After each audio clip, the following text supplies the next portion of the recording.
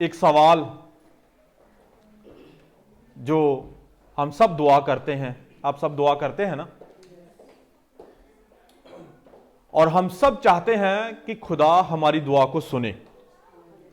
आप सबकी यही चाहत है बहनों भाइयों, खुदा आपसे बात करना चाहता है। आप सब चाहते हैं कि खुदा आपकी आवाज को सुने। तो एक तरीका है खुदा के साथ बात करने का, उसको आज हम सीखेंगे। एक आयत हम पढ़ेंगे, उसके बाद दुआ करेंगे, फिर कलाम में जाएंगे। यशाया एक बाब उसकी 15 और 16 आयत। यशाया 1 verset 15 et 16।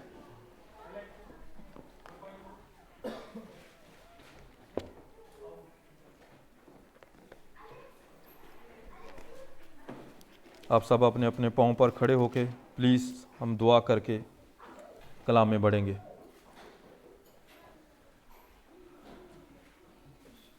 हम सब खुदा की ओर हाथ फैलाकर दुआ करते हैं ना? आवाज नहीं आ रही।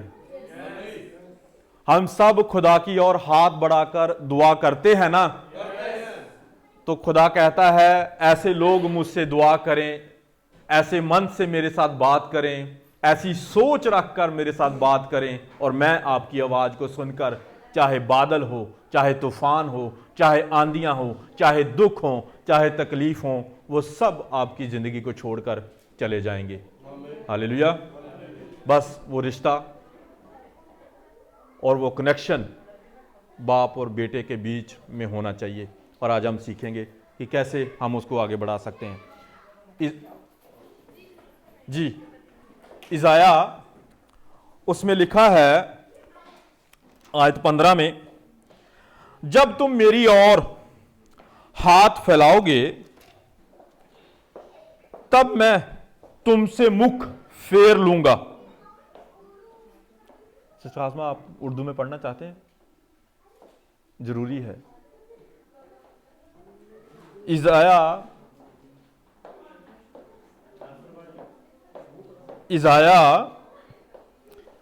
यशाया उसकी एक बाब उसकी 15 और 16 आयत।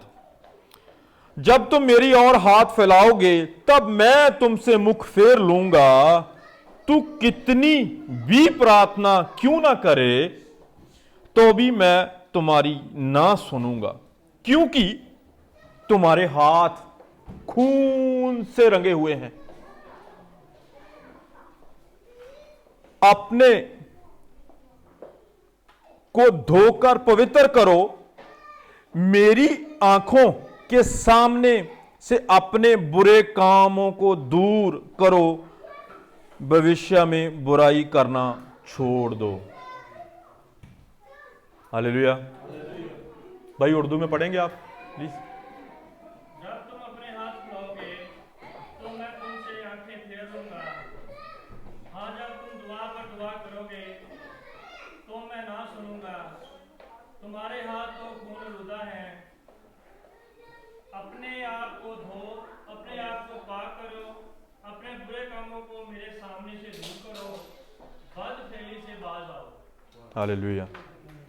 भाई बहनों, हम सब इन 2 वचनों के ऊपर दुआ करेंगे, फिर कलाम में जाएंगे, ठीक है? हालेलुया। प्रभु, हम आपका शुक्र और धन्यवाद करते हैं प्यारे खुदाबंद, क्योंकि तेरे गहरे कलाम ने आज एक और बार हमारे साथ बात की है प्यारे खुदाबंद। और प्रभु तेरा शुक्र करते हैं कि तेरी इन गहरी बातों को तू समझने के लिए हम सब के अंदर, हम सब के ऊपर तेरी पाक रूह की बारिश को कर कर प्यारे खुदाबंद तू हमें अपने राज्य के कामों के लिए तैयार कर रहा है प्यारे खुदाबंद। तेरी पाक हजूरी को मांगते हैं प्यारे खुदाबंद। हम अपने बल से, अपनी ताकत से अपने आप को पाक और साफ नहीं कर सकते प्यारे खुदाबंद। तेरा कलाम हमें अंदर से धोकर हमें पाक और साफ करे प्यारे खुदाबंद। जैसा तू हमें देखना चाहता है, जो तेरी इच्छा है प्यारे खुदाबंद, तू वैसा ही हमें बनाकर प्रभु अपने कामों के लिए इस्तेमाल कर प्यारे खुदाबंद। तेरी हर इच्छा, तेरी हर मर्जी प्यारे खुदाबंद, जैसे तेरे बेटे ने तेरी मर्जी को पूरा किया है प्यारे खुदाबंद, हम भी तेरी मर्जी, तेरी इच्छा को पूरा कर सकें प्यारे खुदाबंद। और प्रभु आज तू हमें सिखाने वाला है कि हम कैसे अपने मन को, कैसे अपने आप को तेरे लिए तैयार कर सकें प्यारे खुदाबंद, और कैसे लोगों की तू दुआएं और प्रार्थनाएं सुनता है प्यारे खुदाबंद। हम ऐसे बनकर प्रभु अपनी दुआएं, अपनी प्रार्थनाएं तुझ तक ला सकें प्यारे खुदाबंद, और तू हमारी दुआओं को सुनकर अपने आसमान से अपने हाथ को बढ़ाकर प्रभु हम सबको आशीषित करे प्यारे खुदाबंद। और जो भी हमारे अंदर कमियां हैं, जो भी हमारे अंदर खामियां हैं प्यारे खुदाबंद, वो हमारी दुआओं के जरिए, हमारी प्रार्थनाओं के जरिए प्यारे खुदाबंद, और तेरे पाक रूह के वसीला प्यारे खुदाबंद, हमारी बदनों को, हमारी कमजोरियों को छोड़कर प्यारे खुदाबंद हमें पाक और साफ होने के लिए तेरा पाक रूह का मसा हमेशा हमेशा हमारी मदद करता है प्यारे खुदाबंद। और प्रभु बीते दिनों में तू हमारे साथ था प्यारे खुदाबंद, और तेरे आने तक प्यारे खुदाबंद, अगर तेरे आने में देर है प्यारे खुदाबंद, तो हमारे आखिरी सांस तक तेरा पाक रूह हम सब की हिफाजत करे प्यारे खुदाबंद। हम अपने आप को तेरे हाथों में सौंपते हुए, तेरे कलाम को अपनी जिंदगी में मांगते हुए प्यारे खुदाबंद, इस दुआ को हम सब के उद्धार करता प्रभु यीशु मसीह के वसीला करते हैं, कबूल करना। आमीन आमीन। जी सब बैठे हैं प्लीज। जो भाई पीछे हैं वो आगे आ सकते हैं।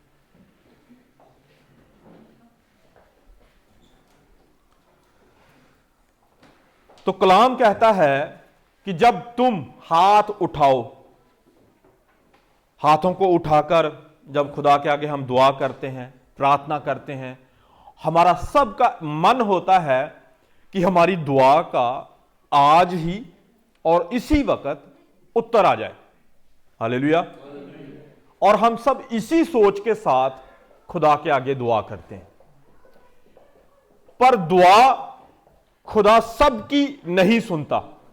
खुदा खुद कह रहा है, ऐसा ही कलाम कह रहा है ना, जब तुम अपने हाथों को उठाकर दुआएं प्रार्थनाएं करोगे तो मैं क्या करूंगा? मुख, अपना मुंह फेर लूंगा। तो अगर खुदा ऐसा कह रहा है तो कहने का मतलब खुदा ऐसा करता भी है। जब हम इंसान होते हुए जब किसी के साथ हमारा मतभेद होता है, हम भी अपना मुंह फेर लेते हैं। ऐसा ही करते आए हैं, ऐसा हमने किया है।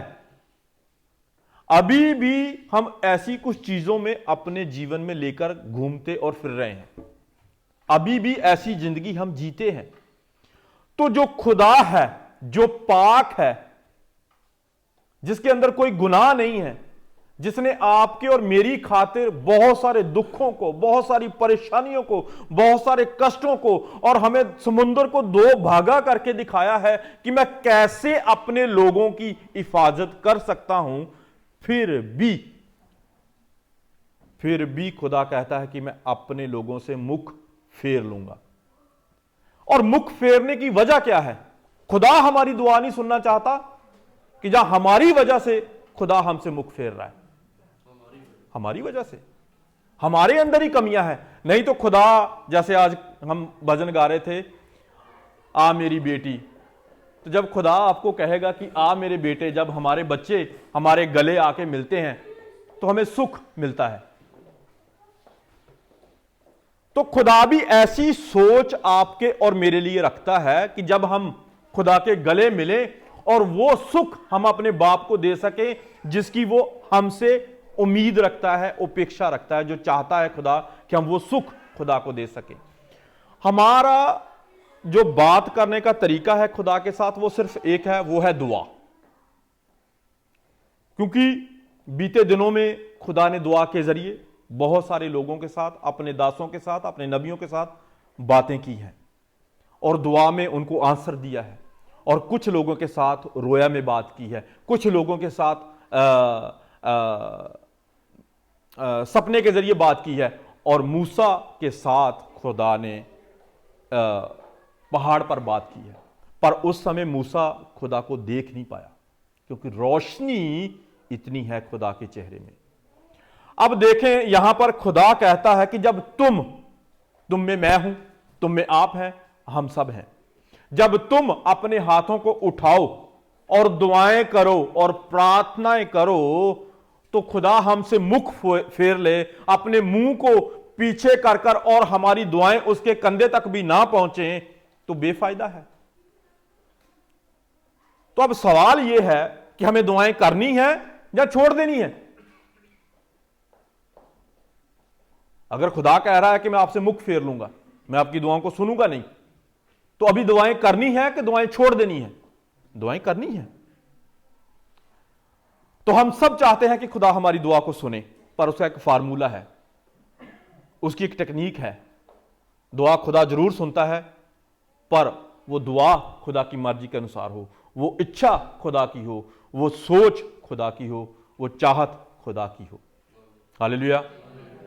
आप सबकी खुदा दुआ आने वाले दिनों में जरूर सुनेगा जब हम अपने आप को कलाम के अंदर रखकर दुआ करेंगे। आमीन। तो आयत 16 कहती है, अपने आप को धोकर। हम सब आज नहाकर आए हैं, और कुछ भाई बहनों ने आज बहुत सारे अच्छे अच्छे कपड़े, नए कपड़े भी पहने हैं और पैंट कोट भी पहना हुआ है। तो हार श्रृंगार की हमने को कमी नहीं छोड़ी, पर यह कौन से धोने की बात कर रहा है कलाम? कौन सी ऐसी चीज है जो खुदा हमारी धुई, जिसको धोकर हम खुदा को दे सकते हैं? वो क्या है? दिल। वो दिल है। खुदा हमारे दिल को धोया हुआ, पाक, साफ, जैसे खुदा का है वैसा मांगता है। हालेलुया। तो कलाम कहता है, अपने आप को धोकर मेरी आंखों के सामने से अपने बुरे कामों को दूर करो। कौन से वो बुरे काम हैं, कौन सी वो बुरी चीजें हैं जो खुदा को ना पसंद है? और हमने, पास्टर गिल्सन जी ने बहुत बार इन चीजों के बारे में कलाम दिया है।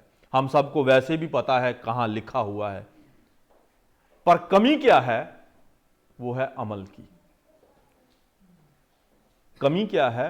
अमल की। कि जब तक हम अपने आप के अंदर से वो सारे बुरे काम जिनकी वजह से हमारी दुआ नहीं पहुंचती, जिनकी वजह से हमारा आंसर ऊपर से नीचे नहीं आता, जैसे हम गाते हैं, विनती प्रार्थना ऊपर जाती है, उत्तर ले।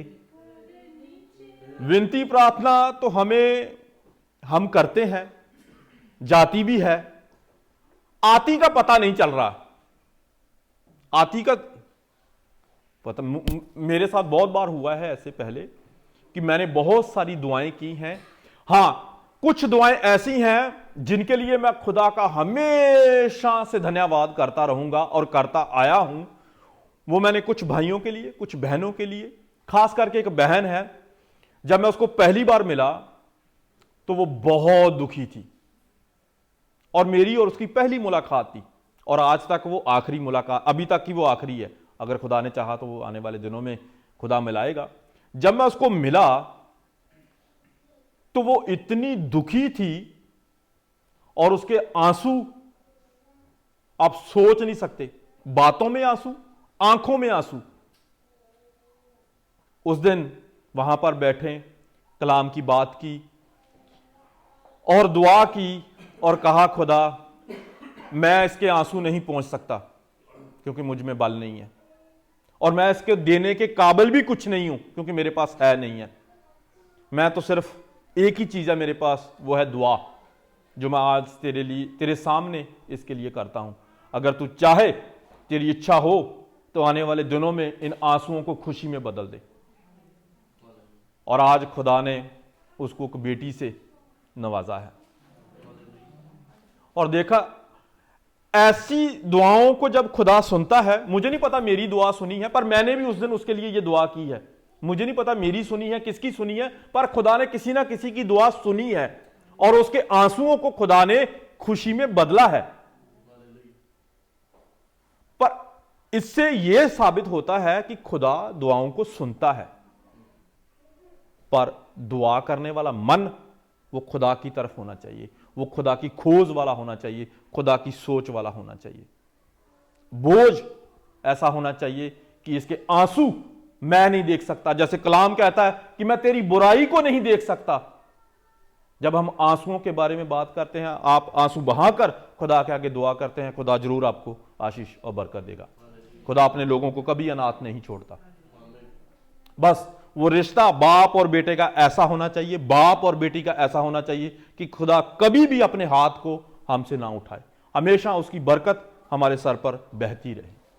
पर वो बरकत हमने अपने घरों में, अपनी जेबों में, अपनी चीजों में छुपा के नहीं रखना। पानी की तरह आना है और पानी की तरह ही बहाना है। हालेलुया।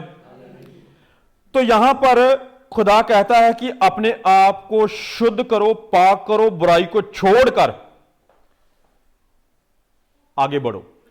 एक चीज और है आयत 17 में, दिसैत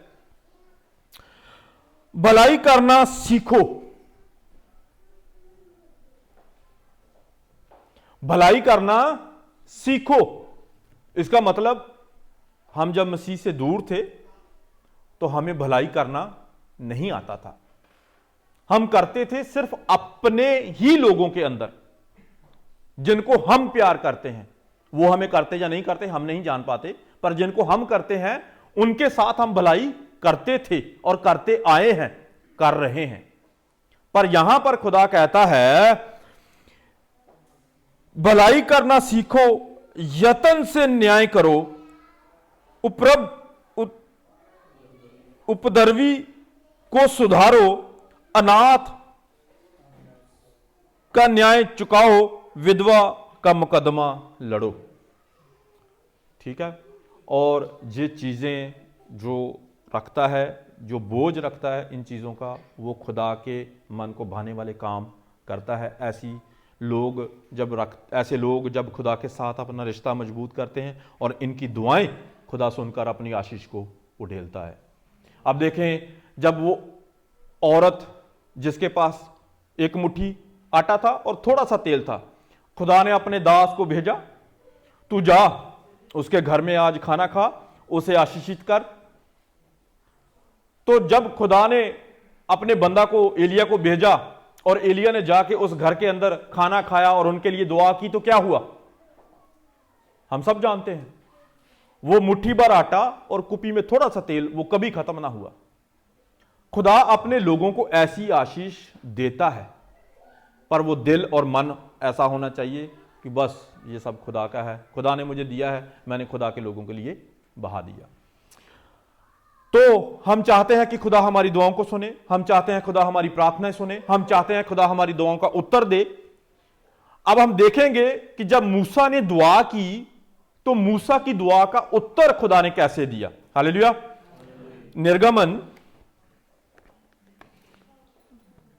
निर्गमन एग्जोड्स, ऐसा ही है, निर्गमन 9 बाब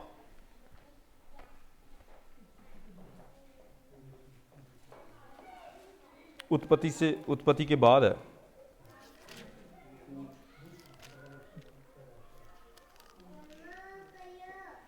निर्गमन 9 बाब उसकी 22 से लेके पढ़ेंगे हम। जी संदीप भाई। तब यहोवा ने मूसा से कहा, अपना हाथ आकाश की ओर बढ़ा के सारे मिस्र देश के मनुष्यों, पशुओं और खेतों की सारी उपज पर ओले गिरे। तब मूसा ने अपनी लाठी को आकाश की ओर उठाया और यहोवा की समर्थ से मेघ गरजने और ओले बरसने लगे और आग पृथ्वी तक आती रही। इस प्रकार यहोवा ने मिस्र देश पर ओले बरसाए। जो ओले गिरते थे उनके साथ आग भी मिली हुई थी, और वे ओले इतने भारी थे कि जब से मिस्र देश बसा था तब से मिस्र भर में ऐसे ओले कभी न गिरे थे। इसलिए मिस्र भर के खेतों की क्या मनुष्य क्या पशु जितने थे सब ओलों से मारे गए, और ओलों से खेत की सारी उपज नष्ट हो गई, और मैदान के सब वृक्ष भी टूट गए। केवल गोशेन प्रदेश में जहां इजरायली बसते थे ओले नहीं गिरे। तब फिरौन ने मूसा और हारून को बुलवा भेजा और उनसे कहा, इस बार मैंने पाप किया है, यहोवा धर्मी है और मेरी प्रजा अधर्मी है। मेघों का गरजना और ओलों का बरसना तो बहुत हो गया। अब यहोवा से विनती करो, तब मैं तुम लोगों को जाने दूंगा और तुम ना रोके जाओगे। मूसा ने उससे कहा, नगर से निकलते ही मैं यहोवा की ओर हाथ फैलाऊंगा, तब बादल का गरजना बंद हो जाएगा और ओले फिर ना बरसेंगे, फिर ना गिरेंगे। इससे तू जान लेगा कि पृथ्वी यहोवा ही की है। तो भी मैं जानता हूं कि ना तो तूने और ना तेरे कर्मचारी यहोवा परमेश्वर का भय मानेंगे। हालेलुया। बस तो यहां, थैंक यू। तो यहां पर हम देखते हैं कि जब मूसा को खुदा ने कहा कि तू हाथ उठाकर आसमान की ओर, अब सोचने वाली बात यह है कि जब यहोवा मूसा के साथ बात कर रहा है, वो कैसा रिश्ता होगा, वो कैसी अंडरस्टैंडिंग होगी उन दोनों की कि खुदा ने इन चीजों के बारे में उसको कहा भी नहीं, उसने दुआ की और आसमान से वो आग, वो गंधक बरसनी शुरू हो गई। अब लोग फिरौन के बारे में हम देखते हैं कि फिरौन को यह पता था कि मूसा ही एक ऐसा बंदा है जो दुआ कर कर इस सब चीजों को रोक सकता है। तो बहनों भाइयों, सीखने वाली बात यह है, अगर वो ही खुदा आपके अंदर, मेरे अंदर काम कर सकता है जो मूसा के अंदर करता था, और सोचने वाली बात है कि जब मूसा ने उस दुआ को किया और उसने, फिरौन ने उसको बलवा कहने का मतलब है कि उसको निमंत्रण किया, उसको बुलाया कि तू आ और हाथ उठाकर दुआ कर, तब खुदा तेरी आवाज को सुनकर उस गंधक को, उस ओलों को, उस आग को खत्म करेगा, बंद करेगा। तो देखें, जब मूसा ने यह सब किया तो ऐसा ही हुआ। मूसा कहता है कि मैं बाहर निकलूंगा, हाथ उठाऊंगा, दुआ करूंगा और खुदा बंद कर देगा। तो ऐसी दुआ, ऐसा रिश्ता अगर हमारा हो तो हमारी दुआओं का आंसर उसी वक्त आ नहीं सकता? आ सकता है। अगर देखें कि मान लो ये मूसा इस घर के अंदर है और यहां से निकलकर वो दुआ कर रहा है और है खुदा तू बंद कर दे, अपनी रहम कर, और जब खुदा ने उसी वक्त उस दुआ को, उस आवाज को सुनकर अपने बंदा की दिल की उस महसूस किया होगा कि ये किस बोझ के साथ दुआ कर रहा है, तो क्या बहनों भाइयों वो आपके और मेरे साथ खुदा ऐसा नहीं कर सकता? कर सकता है। प्रॉब्लम क्या है? प्रॉब्लम क्या है कि हमारे दिलों में, हमारे मनों में कुछ और है जो हमें ऐसा रिश्ता बनाने से पीछे रख रहा है। जब हमारे दिलों में कुछ और नहीं ये होगा तो दुआ का आंसर उसी दिन और उसी वक्त ही आएगा। खुदा ऐसा ही है। खुदा ना कभी बदला है, ना कभी बदलेगा, ना कोई उसे बदल सकता है। तो अब देखें कि मूसा की दुआ को सुन के खुदा ने अपनी आशीष दी, और उस मूसा को बुलाने का उनका एक ही मतलब था कि हम ये हमारे ऊपर जो अभी गंधक आग बरस रही है, इससे हमारी जान छूट जाए। तो फिर भी मूसा जानता था अगर ये सब कुछ हो भी गया फिर भी आप लोग बदलेंगे नहीं। आयत 10:31 यही कहती है,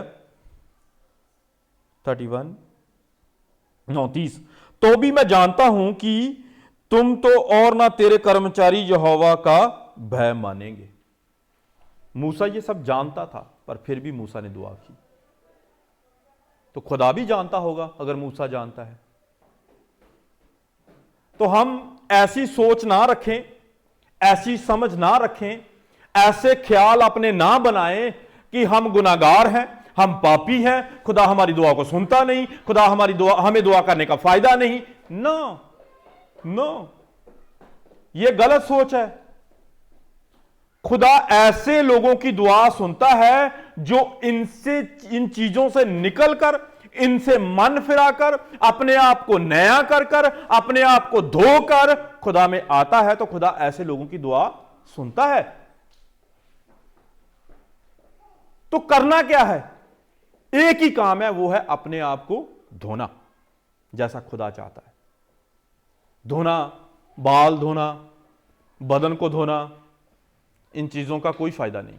खुदा चाहता है हमारा दिल धोया हुआ हो, उसके अंदर बाहर का कुछ ना हो, जो भी हो कलाम का हो। हालेलुया। हम आगे बढ़ेंगे।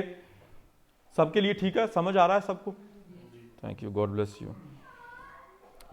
हम जाएंगे यशाया में ही 59 2 से लेके 8 तक।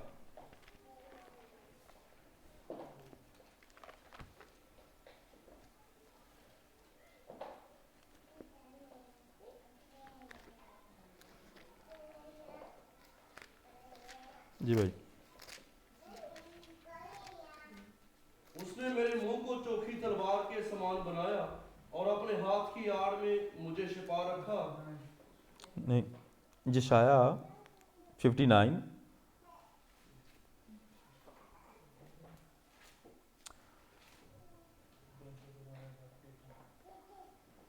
परंतु तुम्हारे अधर्म के कामों ने तुमको तुम्हारे परमेश्वर से अलग कर दिया है। हालेलुया। किन्होंने किया है अलग? किसके काम है ये? हमारे। तो कहने का मतलब खुदा धर्मी है, वो धर्म से ही न्याय करेगा, कोई भी हो, चाहे वो मैं हूं, चाहे आप हैं, पास्टर गिल्सन जी हैं, कोई भी हो, खुदाया अपना जो न्याय करेगा वो धर्म से ही करेगा। तो किसने हमें अलग किया है? हमारे अधर्म के कामों ने। खुदा से हमको खुदा से दूर रखता है हमारे अधर्म के काम, हमारी बुराइयां, हमारे बुरे ख्याल, हमारी बुरी सोचें, हमारी बुरी बातें। ये चीजें हमें खुदा से दूर रखती हैं और कभी भी हमें खुदा के पास नहीं जाने देंगी। हमें, जब हम दुआ में बैठेंगे, ये ऑटोमेटिकली हमारे अंदर काम करेंगी, ये ऑटोमेटिकली हमारे दिमाग में आएंगी, ये ऑटोमेटिकली हमारे दिल में बातें करेंगी। हम दुआ में बैठ नहीं पाएंगे और दुआ ऊपर भी नहीं जाएगी और आशीष लेकर तो बिल्कुल नहीं आएगी। क्योंकि क्या नहीं किया हुआ हमने? अपने दिल धोए नहीं है, दिल साफ नहीं किए। अब देखें, हमें खुदा के घर में जाना, खुदा के कामों को करना मुश्किल है। मेरे साथ भी होता है। पर हमें कहीं दूसरे काम में जाना हो तो हम वो जो जरूरी हमारे काम है, हम उनको छोड़कर हम चले जाते हैं। बस वो खुदा का नहीं होना चाहिए। कुछ दुनियावी हो तो हम दौड़ कर जाएंगे, थकावट भी कोई नहीं है, रात दिन काम भी किया होगा फिर भी चले जाएंगे। तो क्या है? दिल में वो बोझ नहीं है खुदा को खुश करने वाला, दिल में वो बोझ नहीं है खुदा को आनंदित करने वाला, हमारे अंदर वो बोझ नहीं है कलाम को अपने अंदर पूरा करने वाला। ये बोझ जब हम में आएगा, ये बोझ जब हमारे अंदर काम करेगा, ये बोझ को हम जब जिएंगे तो ऑटोमेटिकली हमारे अंदर से दिखेगा। दिखाना नहीं है, दिखना चाहिए। दिखाना कुछ और होता है, दिखना कुछ और होता है। ये हमने पिछली बार भी बात किया था। तो जो दिखाते हैं वो गिर जाते हैं, जिनका दिखता है खुदा उन्हें ऊंचा करता है। हालेलुया। तो यहां लिखा है, परंतु तुम्हारे अधर्म के कामों ने तुमको परमेश्वर से अलग कर दिया है और तुम्हारे पापों के कारण उसका मुंह तुमसे ऐसा छिपा है कि वह नहीं सुनता। तो दुआ खुदा हमारी सुनना चाहता है। हम चाहते हैं कि दुआ खुदा तक हमारी पहुंचे और हमारे लिए आशीष और बरकत लेकर आए, पर हम अधर्म के काम भी नहीं छोड़ने, बुराइयां करनी भी नहीं छोड़नी, दुआएं भी सेम टाइम पे करनी है। और आशीष कौन लेके आएगा?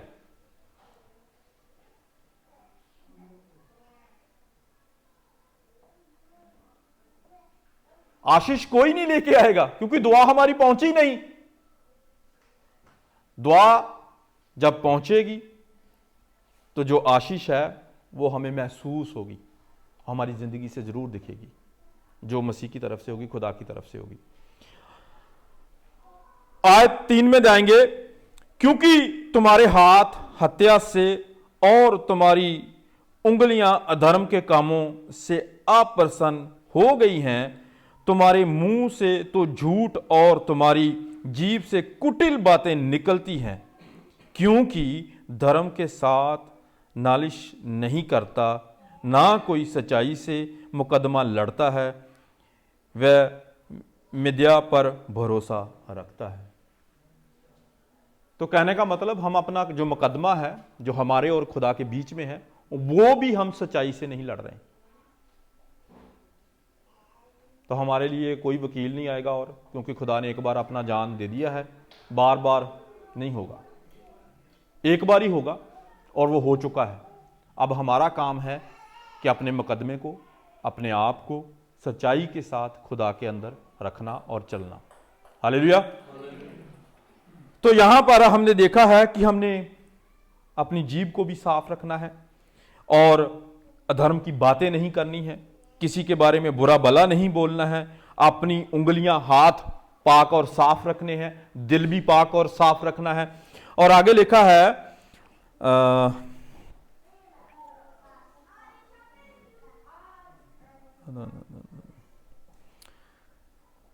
और झूठी बातें बकते हैं और उनके मनों उत्पात का गर्भ रहता है और वह अनर्थ को जन्म देते हैं, बुराई को जन्म देते हैं, बुरी चीजों को जन्म देते हैं। ऐसे लोग खुदा के मन को कभी नहीं बाते। ऐसे लोग खुदा कि ऐसे लोगों से खुदा मुंह मोड़ता है। आज 5 कहते हैं, वे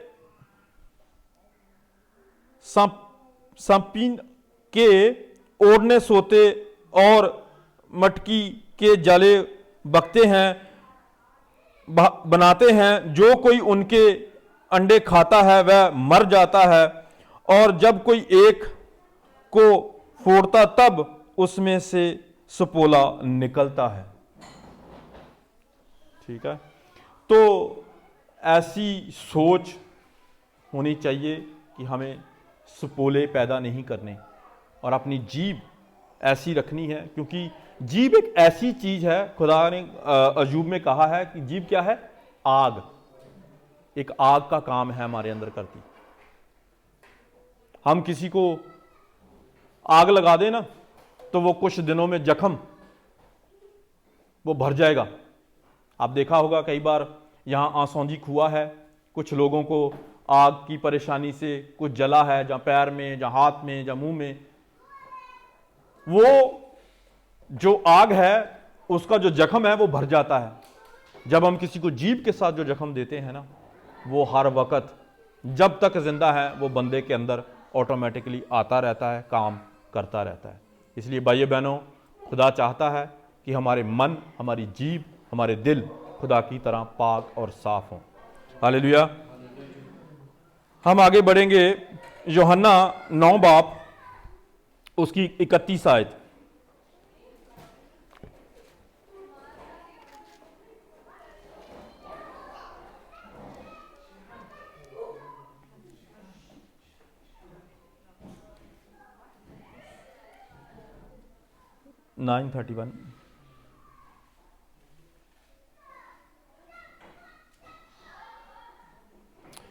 हम जानते हैं कि परमेश्वर पापियों की नहीं सुनता, उसकी इच्छा पर। एक मिनट। हम जानते हैं कि परमेश्वर पापियों की नहीं सुनता, परंतु यदि कोई परमेश्वर का बैर हो और उसकी इच्छा पर चलता हो तो वह उसकी सुनता है। तो यहां पर फार्मूला है। फार्मूला यह है कि खुदा की इच्छा पर चलना, खुदा की मर्जी को पूरा करना, तब खुदा हमारी दुआ को, हमारी प्रार्थना को सुनकर उसका उत्तर देता है। तो यहां पर साफ साफ कहा है, हम में कौन है? हम सब हैं। हम जानते हैं कि खुदा पापियों की नहीं सुनता, तो फिर पाप के द्वारा की गई दुआ खुदा तक पहुंचेगी? तो यहां पर हमें फैसला लेना है कि पाप के द्वारा दुआ करनी है कि खुदा की इच्छा के द्वारा दुआ करनी है। तब खुदा अपनी आशीष, अपनी बरकत को जरूर हम पर उड़ेलेगा जब खुदा की इच्छा के अनुसार हम दुआ को करेंगे। हालेलुया। हम भजन सहायता 34, अब देखें जब दाऊद खुदा के साथ बात करता था वो कैसे खुदा के साथ बात करता है दाऊद। भजन सहायता 34 उसकी 14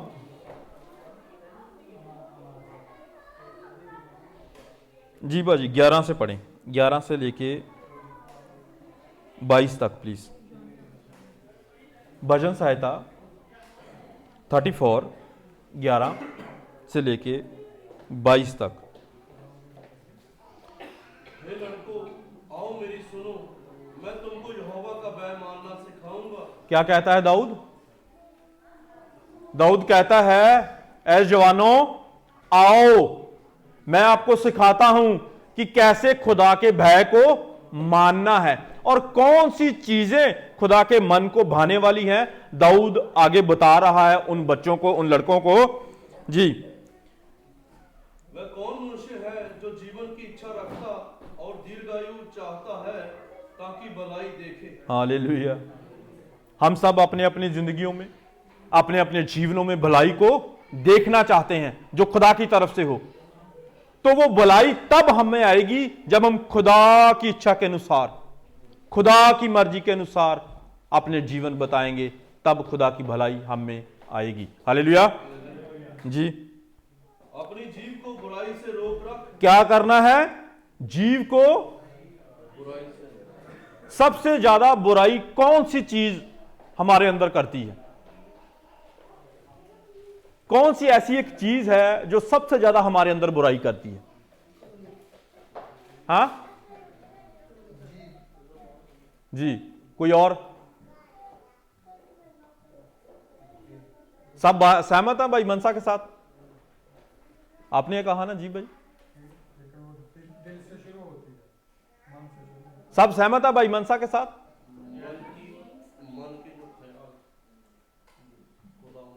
जीव क्या है, उसको क्या करना है, किससे रोक के रखना है? बदी से, बुराई से। जीव एक ऐसी चीज है कि जो आपको बुराई की ओर बहुत जल्द ले जा सकती है और बहुत आसान है इसके द्वारा पाप करना। क्योंकि पास्टर जी ने एक बार बात हुई थी, वो कहते हैं जो बिना सोचे बोलते हैं ना, उनको एक इंग्लिश में उन्होंने वर्ड कहा था स्लीप टंग, जो उनकी वो जुबान स्लिप हो जाती है, जिसको हम तिलकना कहते हैं पंजाबी में। जब वो तिलकनबाजी वाली हम जुबान जीभ रखते हैं ना, बिना सोचे, बिना समझे, बिना विचार किए हम अपने शब्द फेंक देते हैं और उनका मेल जोल भी ना हो आपस में, तो वो सुनने वाला जब उनको इकट्ठा करे उसको कहते हैं टंग स्लीप करने वाली जुबान बोलना। तो जब हम नाप तोलकर सोच समझकर बोलते हैं तो क्या करते हैं? बुराई से दूर रहते हैं। जी भाई आगे। अपनी जीव को बुराई से रोके रख और अपने मुंह की चौकसी कर कि उससे छल की बातें ना निकले। तो क्या करना है जीव का? जीव की रखवाली। अब देखें लोग रखवाली करते हैं चांदी सोने की, पैसों की। खुदा हमें कह रहा है तू जीव की रखवाली कर, जिसको कोई चुरा भी नहीं सकता। बहनों भाइयों, सुन रहे हैं, समझ रहे हैं खुदा क्या कहना चाहता है? खुदा कहता है कि तू अपनी जीव की क्या करनी है? रखवाली करनी है, और इसे कोई चुरा नहीं सकता हमसे, क्योंकि यह हमारी है, हमें खुदा ने दी है। पर फिर भी खुदा हमें रखवाली करने को कह रहा है। तो कहने का मतलब इस जीव पर किसी और का हक भी हो सकता है, और वो है शैतान। जब तक हम अपने आप को खुदा के हाथों में सौंपते नहीं हैं, प्लीज थोड़ा बच्चों को, जब तक हम अपने आप को खुदा के हाथों में सौंपते नहीं हैं, अपनी जीव पर कंट्रोल नहीं रखते, तो हमारी जुबान से कुछ भी निकल सकता है। हालेलुया जी। बुराई को छोड़ और भलाई कर। हाँ, मेल को ढूंढ और उसी का पीछा कर। क्या करना है? बुराई को छोड़कर भलाई को ढूंढना है। भलाई मिलता नहीं है, भलाई ढूंढा जाता है। तो मेल मिलाप यह बहुत मुश्किल काम है। जब हम मत्ती 5 बाब उसकी 6 आयत को पढ़ते हैं, 9 आयत को सॉरी, तो उसमें भी यही लिखा है, धन्य है वह जो मेल मिलाप करवाता है। वही खुदा के बेटे कहलाएंगे। हालेलुया। तो ये मेल मिलाप वाला आत्मा हम में बहुत जरूरी है। जब हम अपने सके जो हमारे साथ पैदा हुए हैं, जब उनके साथ हमारा मतभेद होता है, कोई बात होती है, तो हम भूल नहीं जाते, उनको छोड़ तो नहीं देते, आज तक अपनी जिंदगी से त्यागा तो नहीं है। तो जब उनके साथ ऐसा कर सकते हैं, तो ये भी तो हमारे भाई बहन हैं, इनके साथ ऐसा क्यों नहीं करते हम? ऐसा बिहेव हमारी जिंदगियों से ऐसा अपने भाइयों और बहनों के लिए क्यों नहीं निकलता? और खुदा ने तो कहा था कि यीशु तेरे मां और भाई बहन बाहर आए हैं, तो क्या कहा था खुदा ने? मेरे भाई बहन ये हैं जो मेरे पास बैठे हैं, जो मेरे कलाम सुनते हैं। तो ऐसे सोच को खुदा आप में और मुझ में चाहता है। ऐसे बोझ को आप में और मुझ में खुदा चाहता है। और ऐसे लोग जब खुदा के आगे दुआएं करते हैं, ऐसे लोग जब खुदा के आगे प्रार्थना करते हैं, तो खुदा जरूर अपने लोगों को आशीष बरकत देता है। बस कमी है तो हमारी है। हम अपने कामों में सीधे नहीं है, हमने अपने दिलों को धोया नहीं है, हम अपने आप को तैयार नहीं कर रहे कि खुदा हमें कैसा देखना चाहता है। ऐसी सोच रखने वालों को अब देखें, जब दाऊद उन बच्चों को सिखा रहा है तो कैसे सिखा रहा है? उनको समझा रहा है, अपनी जीभ पर कंट्रोल रखो, अपनी बातों पर कंट्रोल रखो, बुराई से दूर रहना, भलाई को ढूंढना है। तो बहनों भाइयों, खुदा हमसे भी यही चाहता है। हमसे कुछ एक्सेप्शनल नहीं खुदा चाहता, हमसे कुछ भी खुदा ऐसा मांगेगा नहीं जो हम कर नहीं सकते। तो आगे लिखा है जी भाई, आयत 16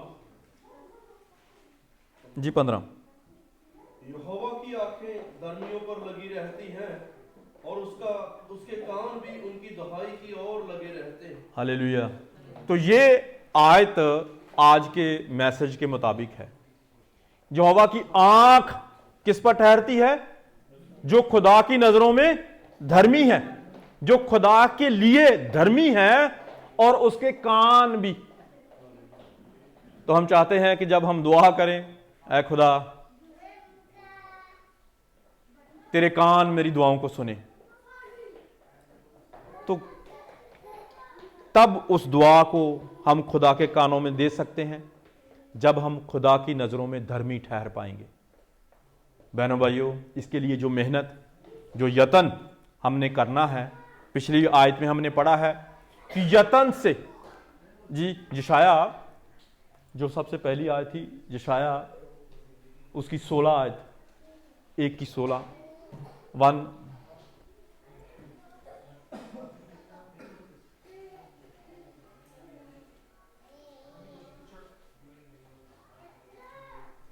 नहीं,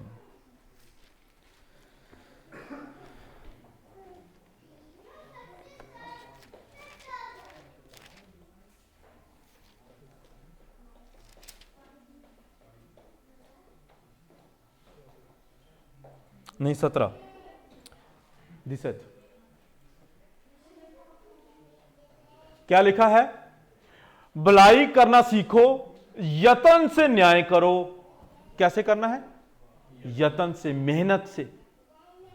जब कभी कहते हैं मैं कोशिश करूंगा, कोशिशें नाकाम होती हैं, पर जब बंदा यत्न करता है, मेहनत करता है, मेहनत कभी नाकाम नहीं ठहरती। और जब हम खुदा के लिए करेंगे तो कभी भी नाकाम नहीं ठहरेगी, क्योंकि खुदा अपना बल, अपनी सामर्थ, अपनी ताकत देकर हमें आगे बढ़ाता है। हालेलुया। तो यत्न करने की हमें जरूरत है। तो यहां पर जब दाऊद अपने उन लोगों को समझा रहा है, तो क्या कह रहा है कि भलाई करना, बुराई करना, इन चीजों के बारे में आपने सीखना है और अपने जीवनों से बुराई को निकालकर अपनी जीभ पर कंट्रोल करना है। जब हम जीभ पर कंट्रोल करते हैं तो कैसे करना है? यत्न करके, सोच समझकर। ट्राई में भी लॉस हो सकती है, पर जब हम यत्न करेंगे तो हम लॉस नहीं करेंगे, हम हमेशा जीतेंगे और यत्न करने वाले लोग हमेशा जीतते हैं। हालेलुया। जी आगे संदीप भाई। यहोवा बुराई करने वालों के विमुख रहता है ताकि उनका स्मरण पृथ्वी पर से मिटा डाले। हालेलुया।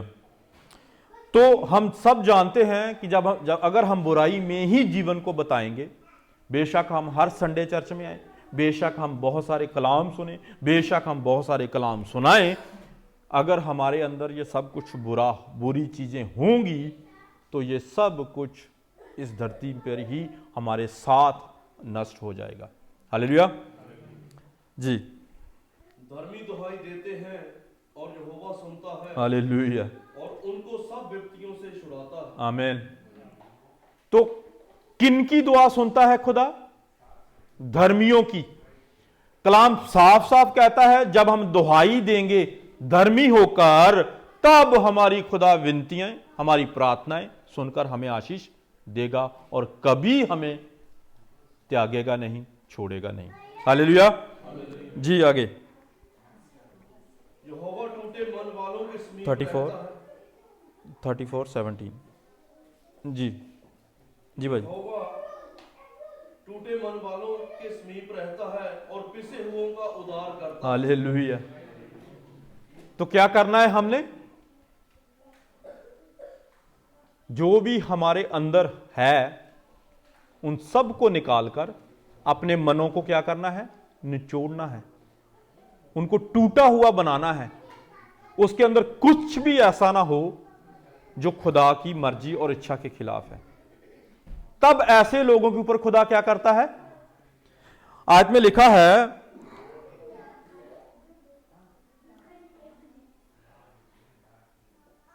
यहोवा टूटे मन वालों के समीप रहता है और पीसे हुओं का उद्धार करता है। उद्धार पाना है, दुआओं को आंसर लाना है, दुआओं का उत्तर पाना है तो मनों को तोड़ना है। उद्धार तब मिलेगा। ऐसे ही सेम टाइम पे दो दो चीजें नहीं होंगी, या ये या वो। हालेलुया। जी भाई, आयत 18 और 19। जी 19। ओके 19 और धरती पर बहुत सी विपत्तियां पड़ती तो हैं, परंतु यहोवा उसको उन सब से मुक्त कराता है। हालेलुया। तो जो मसीह में है, जो खुदा के साथ चलते हैं, वो दुखों को सहना उनके लिए लाजमी है और वो दुखों को जरूर सहेंगे, क्योंकि मसीह ने भी दुखों को सहकर अपने जीवन को बताया है। तो भाइयों बहनों, अगर आपके और मेरे ऊपर कोई दुख, कोई परेशानी, कोई तकलीफ आती है, चाहे वो कैसी भी हो, तो खुदा क्या करता है? हमें उनसे निकालने के लिए हमारी मदद करता है। अपने पाखरू का मसा देकर, अपने बल हाथों से हमें कभी नहीं छोड़ता। हालेलुया। जी। वह उसकी हड्डी हड्डी की रक्षा करता है और उनमें से एक भी टूटने नहीं पाता। हालेलुया। तो खुदा कैसा है? हमारा खुदा एक एक हड्डी। हम तो कहते हैं ना, खुदा हम तेरे हाथ में बदन को सौंप देते हैं। खुदा कैसे बात करता है हमारे साथ? एक एक हड्डी, चाहे वो छोटी है चाहे वो बड़ी है, एक एक हड्डी की खुदा हिफाजत करता है, संभालता है। हालेलुया। जी। दुष्ट अपनी बुराई के द्वारा मारा जाएगा और धर्मी के बैरी दोषी ठहरेंगे। हालेलुया। तो यहां पर एक बात साफ क्लियर होती है, जो लोग धर्मी हैं, जो खुदा की नजरों में धर्मी ठहरते हैं, जो धर्म के कामों को करते हैं, और एक बात पक्की है, लोग उनसे बैर रखेंगे। कलाम कह रहा है और यीशु इस बात की बहुत बड़ी गवाही है। लोग आपसे बैर रखेंगे, लोग आपको नापसंद रखेंगे, लोग आपसे घृणा करेंगे, पर आपका धर्मीपन ही खुदा को भाता है। हालेलुया। जी। यहोवा अपने दासों का प्राण मोल लेकर बचा लेता है। हालेलुया। और जितने उसके शरणागत हैं उनमें से कोई भी दोषी ना ठहरेगा। तो दोषी हमें कहां नहीं ठहरना? दुनिया में कि खुदा के सामने? खुदा के सामने। तो जब धर्मी अपने जीवन को जीता है तो दुनिया की नजर में वो दोषी हो सकता है, क्योंकि उसका देखने का तरीका मसीह जैसा नहीं है, उसकी सोच मसीह जैसी नहीं है, उसके ख्याल मसीह जैसे नहीं है, उसके काम मसीह जैसे नहीं है। वो एक इंसान होकर आपको दोषी ठहरा सकता है, पर जब खुदा आपको धर्मी ठहराएगा तो दुनिया के दोषी ठहराने से कुछ नहीं होगा। तो यहां पर एक बात पक्की है कि दुनिया की हमने परवाह नहीं करनी, कोई हमें कुछ भी समझे, कोई कैसा भी जाने, दोषी अगर ठहरना नहीं है तो कहां नहीं ठहरना? वो है खुदा के सामने। खुदा हमें दोषी नहीं देखना चाहता, खुदा हमारे अंदर बुराई नहीं देखना चाहता, खुदा हमारे अंदर गुनाह नहीं देखना चाहता, खुदा हमारे अंदर भलाई को देखना चाहता है, अच्छाई को देखना चाहता है। खुदा है ही भलाई का और अच्छाई का। हालेलुया। तो बहनों भाइयों, ऐसे लोगों की दुआ खुदा सुनता है जो टूटे मन वाले हैं। अभी देखना है कि हमारे मन टूटे हैं या नहीं टूटे। जरूरत है तो उन्हें तोड़ो, दुआओं का असर आएगा। हालेलुया। हम कलाम को खत्म करने के लिए प्रभु यीशु के कुछ वचन देखेंगे जो उन्होंने अपने यूहन्ना 17:1 से लेकर 5 तक।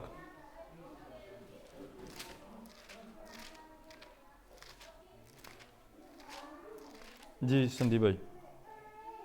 यीशु ने ये बातें कही और अपनी आंखें आकाश की ओर उठाकर कहा, हे पिता, वह घड़ी आ पहुंची है, अपने पुत्र की महिमा कर कि पुत्र भी तेरी महिमा करे, क्योंकि तूने उसको सब प्राणियों पर अधिकार दिया कि जिन्हें तूने उसको दिया है उन सबको वह अनंत जीवन दे। और अनंत जीवन यह है कि वे तुझ पर एकमात्र सच्चे परमेश्वर को और यीशु मसीह को जिसे तूने भेजा है जाने। जो कार्य तूने मुझे करने को दिया था उसे पूरा करके मैंने पृथ्वी पर तेरी महिमा की है। अब हे पिता, तू अपने साथ मेरी महिमा उस महिमा से कर जो जगत की सृष्टि से पहले मेरी तेरी साथ थी। हालेलुया। तो यहां पर प्रभु यीशु कहता है, यीशु ने जो बातें कही और अपनी आंखें आकाश की ओर उठाकर कहा, हे पिता, वह घड़ी आ पहुंची है। वो कौन सी घड़ी थी भाइयों बहनों? वो घड़ी ये थी कि मेरे और आपके गुनाहों की खातिर मसीह का सूली पर चढ़ जाना। और आगे कहता है, अपने पुत्र की महिमा कर कि पुत्र भी तेरी महिमा करे, क्योंकि तूने उसको सब प्राणियों पर अधिकार दिया कि तू ने उसको दिया है और सबको वह अनंत जीवन दे। और खुदा का जान देने का एक ही मतलब था कि वो हम सबको उधार और अनंत जीवन दे सके। हालेलुया। और खुदा आप सबको और मुझे यही देना चाहता है। ये हमारे लिए गिफ्ट है और इस गिफ्ट को पाने के लिए हमने मेहनत और यत्न करना है। वो मेहनत जब मसीह ने की तो क्या किया खुदा ने? कैसा मसीह अपने मुंह से कह रहा है, आयत 4 को हम पढ़ेंगे, जो कार्य तूने मुझे करने को दिया उसे पूरा करके मैंने पृथ्वी पर तेरी क्या की है? महिमा की है। तो प्रभु आपसे और मुझसे यही चाहता है। जो कार्य हम जान पा रहे हैं, जो कार्य हम खुदा के पढ़ पा रहे हैं, जो कार्य खुदा हमें दिखा रहा है, वो यही है कि हम क्या करें? खुदा की महिमा करें। और खुदा की महिमा दुनिया के लोग कर नहीं सकते। खुदा की महिमा वो कर सकता है जो खुदा के साथ प्यार करता है। खुदा की महिमा वो कर सकता है जो खुदा की महिमा को करना चाहता है। और खुदा की महिमा वो कर सकता है जो खुदा के लिए अपना सब कुछ कुर्बान करने वाला है। क्योंकि मसीह ने ऐसा प्रेम अपने बाप से रखा कि उसकी एक भी बात अपने दिल से नहीं निकाली। एक भी बात, जो कार्य, कहने का मतलब उसमें जो कुछ भी है मेरे बाप ने मुझे दिया, मैंने वो सब पूरा किया। किसके लिए? कि मेरे बाप की महिमा हो। तो बहनों भाइयों, खुदा आपके लिए और मेरे लिए यही सोच रखता है, हम भी खुदा की महिमा करें। जब हम महिमा में खुदा के काम को करेंगे, धर्मी ठहर कर खुदा के आगे दुआएं करेंगे, और खुदा हमारी दुआओं को जरूर सुनता है। हालेलुया। तो आयत 5 कहती है, अब हे पिता, तू अपना साथ मेरी महिमा उसी महिमा से कर जो जगत की सृष्टि से पहले से तेरी और मेरी साथ में थी। हालेलुया। तो भाई बहन, आए हम अपने आप को आज के कलाम के लिए, अपनी दुआओं के लिए खुदा के आगे रखें और खुदा से कहें कि हमें धर्मी बनने के लिए, धर्मी ठहरने के लिए जो यत्न, जो मेहनत हमने करनी है, वो सब हम तेरे लिए करें।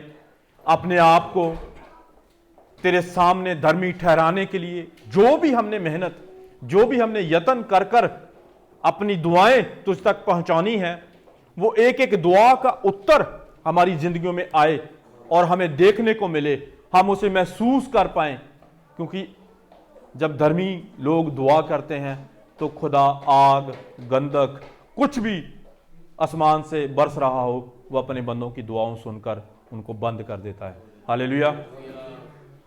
तो आए हम अपने सरों को झुकाकर आज के कलाम के लिए, अपनी अपनी सोच के लिए, अपनी अपनी दुआओं के लिए, अपने आप को पाक रखने के लिए, अपने आप को धोने के लिए जो जो मेहनत, जो जो यत्न हमने करने हैं, वो सारे यत्नों को, वो सारी बातों को, वो सारी चीजों को खुदा हमें सिखाए। और जो कलाम से हमने सीखा है कि हमने भलाई को ढूंढना है, बुराई को छोड़ना है, बुराई को अपनी जिंदगी से त्यागना है, तो वो सारी चीजों को त्यागने के लिए आज पाक रूह हमारी मदद करे। हालेलुया। आए हम सब मिलकर दुआ करें। हालेलुया। प्रभु, हम आपका शुक्र और धन्यवाद करते हैं प्यारे खुदावन। एक और बार हम अपने आप को तेरे हाथों में सौंपते हैं प्यारे खुदावन। तेरे आगे दुआ प्रार्थना करते हैं प्यारे खुदाबंद, आज के कलाम के लिए प्यारे खुदाबंद। ओ प्रभु, तेरा शुक्र करते हैं कि तू चाहता है कि हमारी दुआएं, हमारी प्रार्थनाएं तुझ तक पहुंच सके प्यारे खुदाबंद। इसलिए तू हमें सिखा रहा है प्यारे खुदाबंद कि हम कैसे मन से, कैसी सोच रखकर तेरे आगे दुआएं, प्रार्थनाएं करनी है प्यारे खुदाबंद। और प्रभु, तेरे कलाम ने हमने सिखाया प्यारे खुदाबंद, तू किन लोगों की दुआओं को तू सुनता है प्यारे खुदाबंद। ओ प्रभु, जो हमें तू चाहता है कि हम तेरी नजरों में धर्मी ठहर सके प्यारे खुदावन। जब तेरी आंख आसमान से इस धरती पर पड़े प्यारे खुदावन, तो हम तेरी नजरों में धर्मी दिख सके प्यारे खुदावन। ओ प्रभु, तेरा शुक्र करते हैं, तेरा धन्यवाद करते हैं प्यारे खुदावन कि आज के कलाम के अनुसार प्यारे खुदावन तूने हमारे मनों के साथ, हमारी सोचों के साथ बात की है प्यारे खुदावन कि तू चाहता है प्यारे खुदावन कि हम अपने आप को धोकर, अपने आप को पाक कर कर, अपने आप को साफ कर कर प्रभु तेरे सामने ला सके प्यारे खुदावन। और प्रभु, तेरे पाक रूह के लिए, तेरे लिए अपने मन को, अपने आप को तैयार कर सके प्यारे खुदावन। जो जो कार्य तूने हमें सौंपे हैं प्यारे खुदावन, जो जो काम तूने हमें दिए हैं प्यारे खुदावन, हम वो पूरी तरह से पवित्रताई के साथ कर सके प्यारे खुदावन। ओ प्रभु, जैसा तू हमें देखना चाहता है, जैसी तेरी चाहत है, जो तेरी इच्छा है प्यारे खुदावन, आज तू हमारे ऊपर जाहिर कर प्यारे खुदावन। और प्रभु, तेरा फजल हो, तेरा अनुग्रह हो प्यारे खुदावन कि तूने अपने पाक लहू को बहाकर तूने आज हमें मोला है प्यारे खुदावन। ओ प्रभु, तू जगत में इसलिए नहीं आया कि तू सेवा टहल कर सके प्यारे खुदावन, तू हमारे उद्धार के लिए आया था प्यारे खुदावन। अपने लहू को बहाकर तूने हम सबको मोला है प्यारे खुदावन। तेरे उस लहू का धन्यवाद करते हैं प्यारे खुदावन। तेरे प्रभु शुक्र अदा करते हैं प्यारे खुदावन कि तूने अपने लहू को बहाकर हम सबको मोला है प्यारे खुदावन। ओ प्रभु, तेरे उस लहू के आभारी हैं प्यारे खुदावन, जो तूने मेरे गुनाहों की खातर, जो तूने मेरे पापों की खातर बहा दिया प्यारे खुदावन। ओ प्रभु, तेरा शुक्र करते हैं, तेरा धन्यवाद करते हैं प्यारे खुदावन। तूने मेरे गुनाहों को नहीं देखा, तूने मेरे पापों को नहीं देखा प्यारे खुदावन। ओ प्रभु, आज भी तू मेरे गुनाहों को, मेरे पापों को प्यारे खुदावन अपने कंधे के पीछे रख देता है प्यारे खुदावन। ओ प्रभु, तूने मुझे फिर खड़ा होने के लिए मुझे बल दिया प्यारे खुदावन, अपने ताकत से, अपनी सामर्थ से खड़ा किया प्यारे खुदावन। तेरा धन्यवाद करते हैं प्यारे खुदावन। हमें अपने बल से, अपनी ताकत से प्यारे खुदावन तेरे कलाम में बड़े कर प्यारे खुदावन, तेरे कलाम के अंदर खड़े कर प्यारे खुदावन, तेरे कलाम में स्थिर रहने के लिए हमारी मदद कर प्यारे खुदावन। ओ प्रभु, हम अपने बल से, अपनी सोच से, अपने विचारों से तेरे काम नहीं कर सकते प्यारे खुदाबंद। इसलिए प्रभु हमारी रूहानी तौर पर और गहराई से तू हमें तरबियत दे प्यारे खुदाबंद। हम रूहानी तौर पर और अच्छी तरह से मजबूत हो जाएं प्यारे खुदाबंद। हम तेरे बोझ को अच्छी तरह से जान सकें, समझ सकें प्यारे खुदाबंद, और तेरी इच्छा को पूरा कर सकें। तेरे उधार को पाने के लिए प्यारे खुदावंद, जो तेरा उधार तूने मुझे देने के लिए रखा है प्यारे खुदावंद, उस उधार को पाने के लिए प्यारे खुदावंद मैंने अपनी जिंदगी में जो जो फैसले, जो जो यत्न करने हैं प्यारे खुदावंद, तेरा पाक रूह मेरी मदद करे प्यारे खुदावंद कि मैं उन फैसलों को ले पाऊं, उसके लिए यत्न कर सकूं प्यारे खुदावंद। हमारी मदद कर प्यारे खुदावंद। ओ प्रभु, हम बलहीन हैं, हम निर्बल लोग हैं प्यारे खुदावंद। हमें इतना बल नहीं है प्यारे खुदावंद कि हम इन दुनिया की चीजों पर, इन दुनियावी ख्यालों पर अपने आप को बदल सकें प्यारे खुदावंद। पर तेरा पाक रूह हमारे साथ हो, हमारे अंदर हो प्यारे खुदावंद, तो हम दुनिया की हर चीज को ठुकरा सकते हैं प्यारे खुदावंद। हमारी मदद कर प्यारे खुदावंद। हमें तुझ में बढ़ना सिखा, तुझ में चलना सिखा, तुझ में जीना सिखा प्यारे खुदावंद। जैसे तेरा दास दाऊद उन बच्चों को सिखा रहा है कि कैसे हमने बुराई से दूर रहना है, कैसे अपनी जीव के ऊपर कंट्रोल रखना है, कैसे अपनी जीव की रखवाली करनी है प्यारे खुदावंद। तेरा पाक रूह हमारी मदद करे प्यारे खुदावंद कि हम अपने आप पर कंट्रोल रख सकें, अपनी जुबान पर, अपनी जीभ पर प्यारे खुदावंद उसको ऊपर ताला लगा के रख सकें प्यारे खुदावंद, जरूरत के अनुसार उसे इस्तेमाल कर सकें प्यारे खुदावंद। जब भी हम अपने मुंह को खोलें तो प्रभु दूसरे आशीष और बरकत पा सके प्यारे खुदा।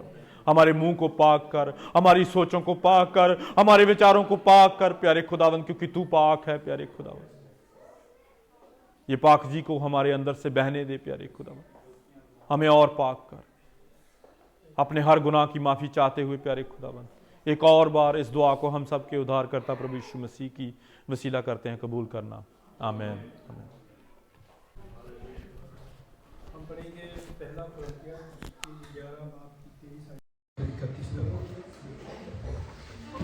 क्योंकि यह बात मुझे प्रभु से पहुंची और मैंने तुम्हें भी पहुंचा दी कि प्रभु यीशु ने जिस रात वह पकड़वाया गया रोटी ली और धन्यवाद करके उसे तोड़ी और कहा, ये मेरी देह जो तुम्हारे लिए है, मेरे स्मरण के लिए यही किया करो।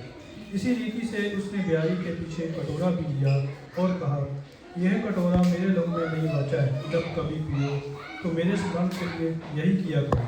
क्योंकि जब कभी तुम ये रोटी खाते और इस कटोरे में से पीते हो तो प्रभु की मृत्यु को जब तक वह ना आए प्रचार करते हो।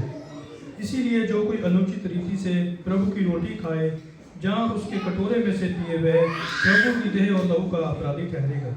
इसीलिए मनुष्य अपने आप को जांच ले और इसी रीति से इस रोटी में से खाए और इस कटोरे में से पिए। क्योंकि जो खाते पीते समय प्रभु की देह को ना पहचाने, वह इस खाने और पीने से अपने ऊपर दंड लाता है। इसी कारण तुम में से बहुत से निर्बल और रोगी हैं और बहुत से सो भी गए। यदि हम अपने आप को जांचते तो दंड ना पाते। இயேசு கிறிஸ்து காட்டி கொடுக்கப்பட்ட அன்று ராத்திரியில் அப்பத்தை எடுத்து ஸ்தோத்திரம் பண்ணி அதை பிட்டு நீங்கள் வாங்கி புசியுங்கள். இது உங்களுக்காக விற்கப்படுகிற என்னுடைய சரீரமாக இருக்கிறது, என்னை நினைவு கூறும்படி இதை செய்யுங்கள் என்றார்.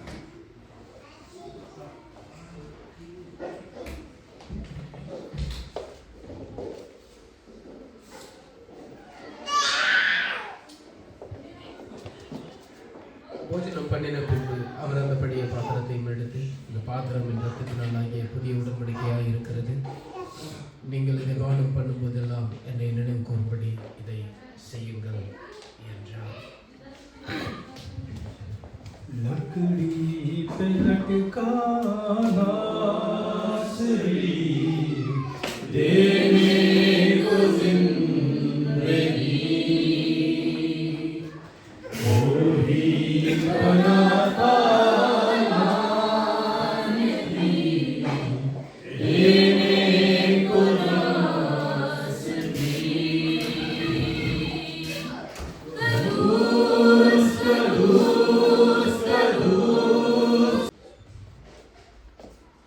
எல்லாருமே தலைகளை தாழ்த்தி நம்ம ஜெபிச்சு எதிர்க்கணும். அப்பா பிதாவே, உங்க நன்றியோடு கொடுத்துக்கிறோம்ப்பா, உங்க நன்றியோடு கூட ஸ்தோத்திரிக்கிறோம்ப்பா. அப்பா, நீர் நேற்று இன்றும் நாளை என்றென்றைக்கு மாறாத நேசர். அப்பா, உண்மை போல ஒரு நல்ல தெய்வம் இந்த பூமியில் ஒருவரும் இல்லையே. எங்களுக்காக ரத்தம் சிந்தி எங்களுக்காக ஜீவனை கொடுத்து அப்பா உம்முடைய சரீரத்தை உம்முடைய இரத்தத்தை உணவாகவும் வாழ்வாகவும் நாங்கள் அதை ஞாபகார்த்தமாய் உண்ணும்படியாக இந்த விலையேறப்பட்ட அந்நியுடைய ஐக்கியத்தை எங்களுக்கு உருவாக்கி தந்ததற்காக நன்றி.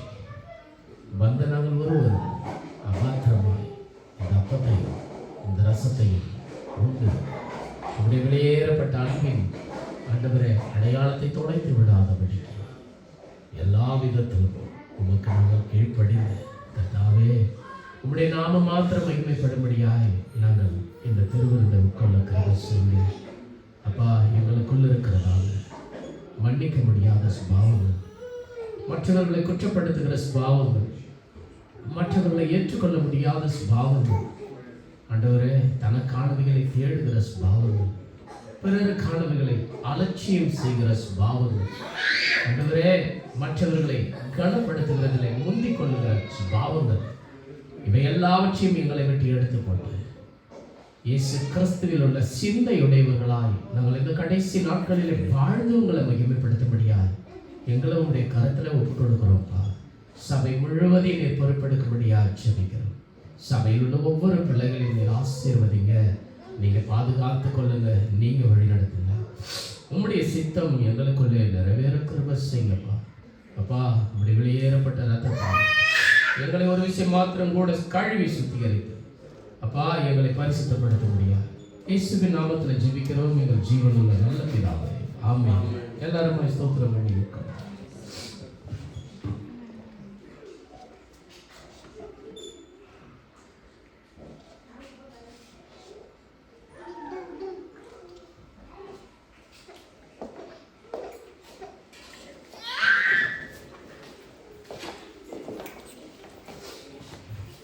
அப்பா பிதாவே நன்றியோடு கூட துதிக்கிறோம்ப்பா, நன்றியோடு கூட ஸ்தோத்திரிக்கிறோம். அப்பா சபை முழுவதையும் உடைய கருத்தில் ஒப்புக் கொடுக்கிறோம். சபையில் உள்ள பிள்ளைகள் ஒவ்வொருவரையும் உடைய கருத்தில் ஒப்புக் கொடுக்கிறோம். அப்பா நீங்கள் மாத்திரம் மகிமைப்படுங்கப்பா, உங்கள் சித்தம் மாத்திரம் நிறைவேறக்கிறத செய்யுங்க. சபையில் தேவைகளை சந்திங்க. சபைக்கு வந்திருக்கிற ஒவ்வொரு பிள்ளைகளையும் ஆசீர்வதிங்கப்பா. அப்பா இவர்கள் பெற்றுக்கொள்ளக்கூடிய ஒவ்வொரு சத்தியத்தையும் பெற்றுக்கொள்ளுகிறார்கள்.